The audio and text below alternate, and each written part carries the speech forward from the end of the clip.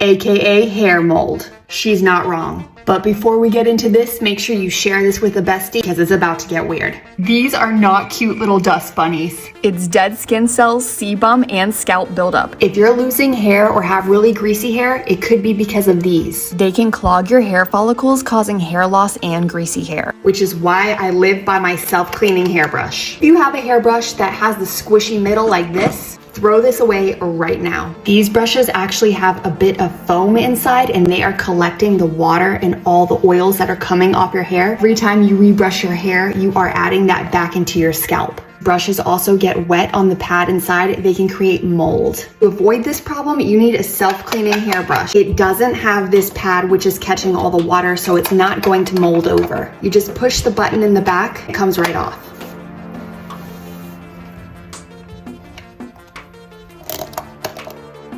When you brush your hair with a dirty brush, you're just adding all that gunk back to your clean hair. You can grab this one in the link below. It also has several different options if you want to try a different one. Hit the follow button if you want to learn more. Let me know what you'd like to learn next.